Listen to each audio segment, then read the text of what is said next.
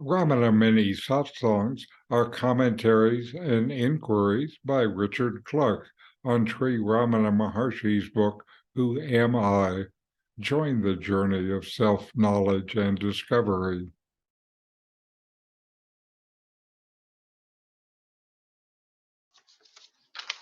Welcome. I'm Richard Clarke and I'm hosting this satsang. I have followed Ramana Maharshi since 1990. Upon retirement, my wife Carol and I moved to Tiruvannamalai, home to Ramanashram. We lived there for 8 years and now live by Lake Chapala near Guadalajara, Mexico. In the U.S., I took satsang from Nomi of Sat in Santa Cruz for many years. It was he that introduced me to Ramana Maharshi. He realized the self while in his teens through Ramana's self-inquiry, and after a few years of silence, has taught ever since. He's not well known because he has no interest in name or fame. He was not on the international guru circuit like some. He didn't think this was the best way to support a seeker's spiritual quest. I've offered this kind of satsang for more than 10 years, first in India, now in Mexico. I'm just a seeker like you. I have been blessed with deep teaching and practice. I just want to share what I love.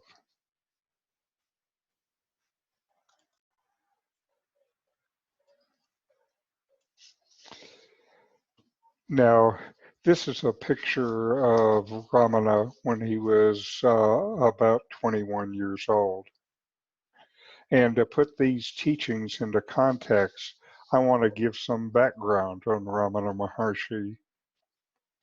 His self-realization came when he was only 16 years old. He had the feeling one day that he was going to die.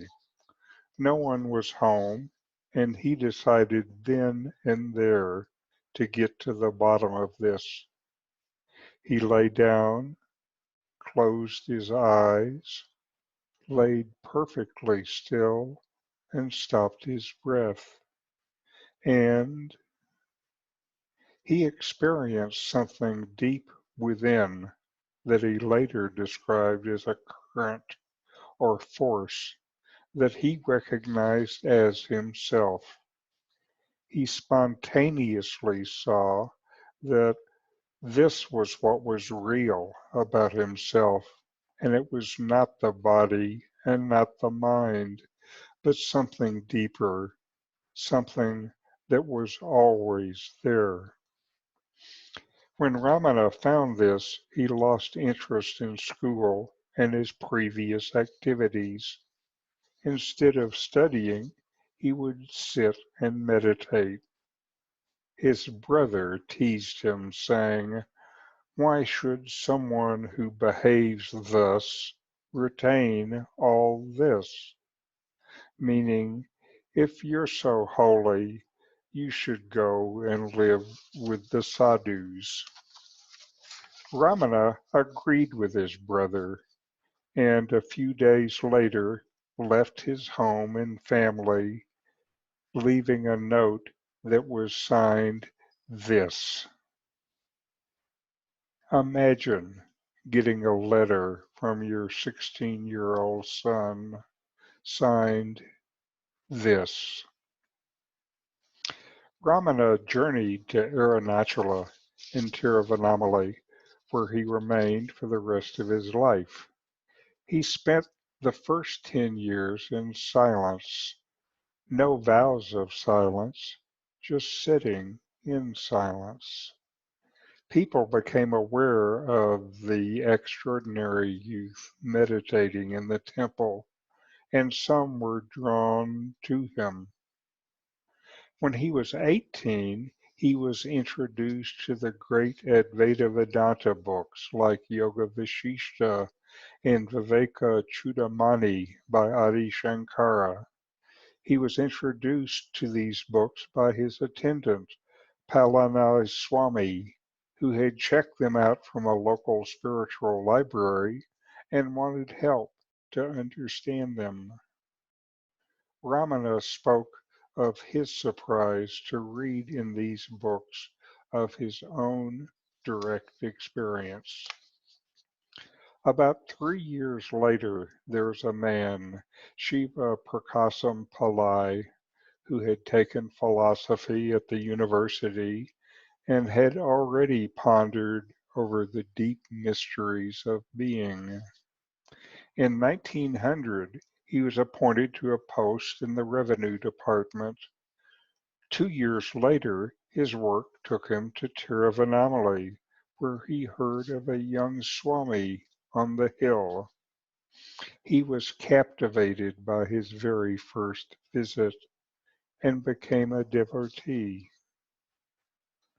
He put 14 questions to the Swami, and since the Swami was still maintaining silence, both the questions and the answers were in writing. He would write his questions on a slate, and the Swami would either reply on the slate or with his finger writing in the dirt. The book, Who Am I?, was first published about 20 years later and comes from written records of these questions and answers. They are the very first recorded teachings from Ramana, from his own experience and after reading the classics. Ramana gave these teachings when he was just 21, about the age where the photo you saw was taken. Now to the teaching.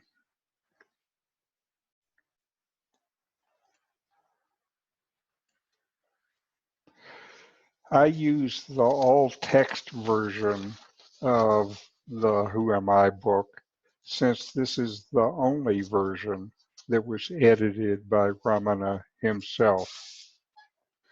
Ramana's words, paragraph 1 from Who Am I, the all-text version. Every living being longs always to be happy, untainted by sorrow, and everyone has the greatest love for himself, which is solely due to the fact that happiness is his real nature.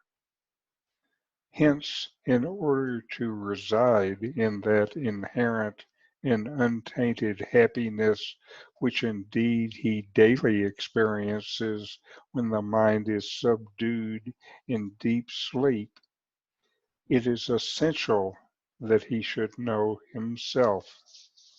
For obtaining such knowledge, the inquiry, who am I, in quest for the self, is the best means. Now, these are my comments. Where does happiness come from? If we believe that happiness comes from things outside ourselves or from our thoughts and activities, then this is where we look. We all want to be happy and look for it wherever we think we will find it. When we realize that happiness really comes from within, it intensifies our desire for liberation and our spiritual practice. The wise say that the desires of the mind cloud and obscure our innate happiness. The desire clouds the mind. So when we get something desired, our mind is quiet for a while and we experience the happiness that we are. After a while, the mind becomes active again, and the happiness is again obscured, as if by clouds. Ramana also uses again and again discussion of the three states, waking, dreaming, and deep sleep, to talk about who we are. Who we are, we must always be. You are not one thing at one time and another at a different time. That's not your experience.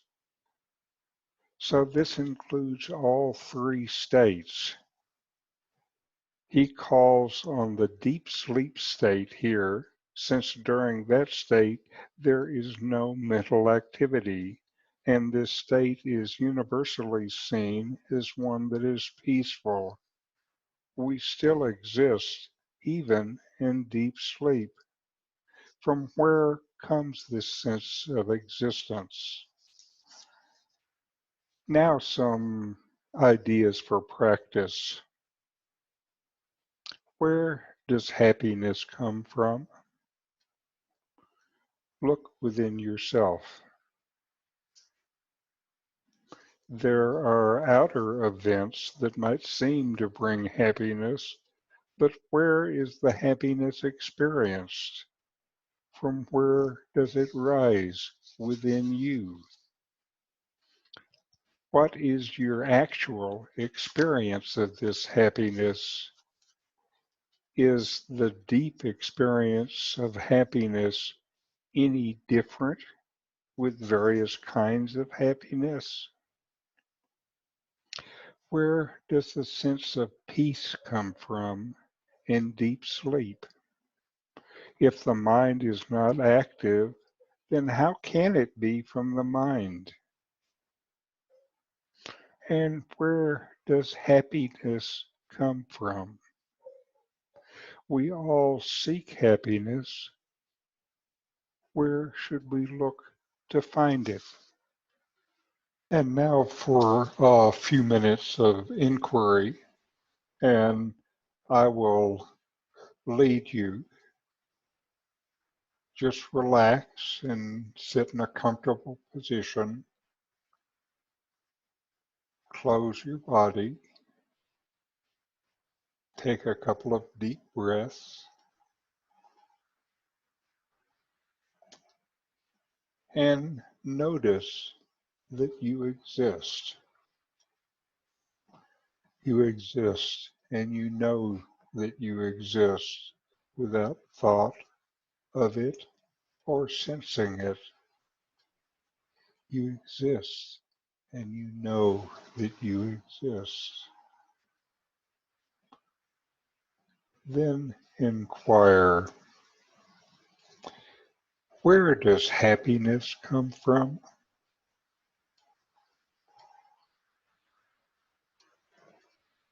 Is it from external objects or from within?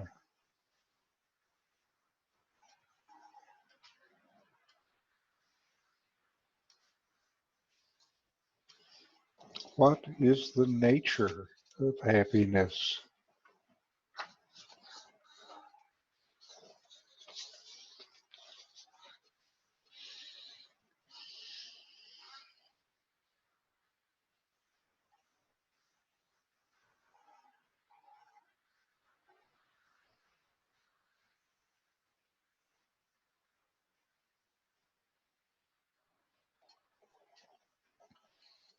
Who am I?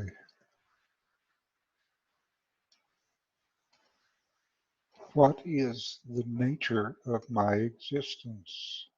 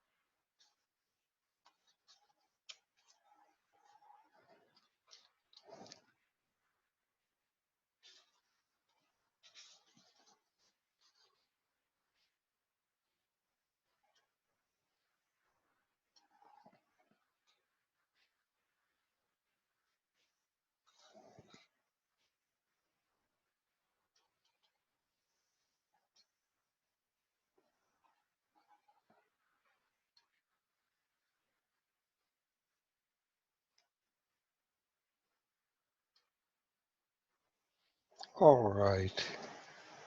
Now let's close with a short chant. Om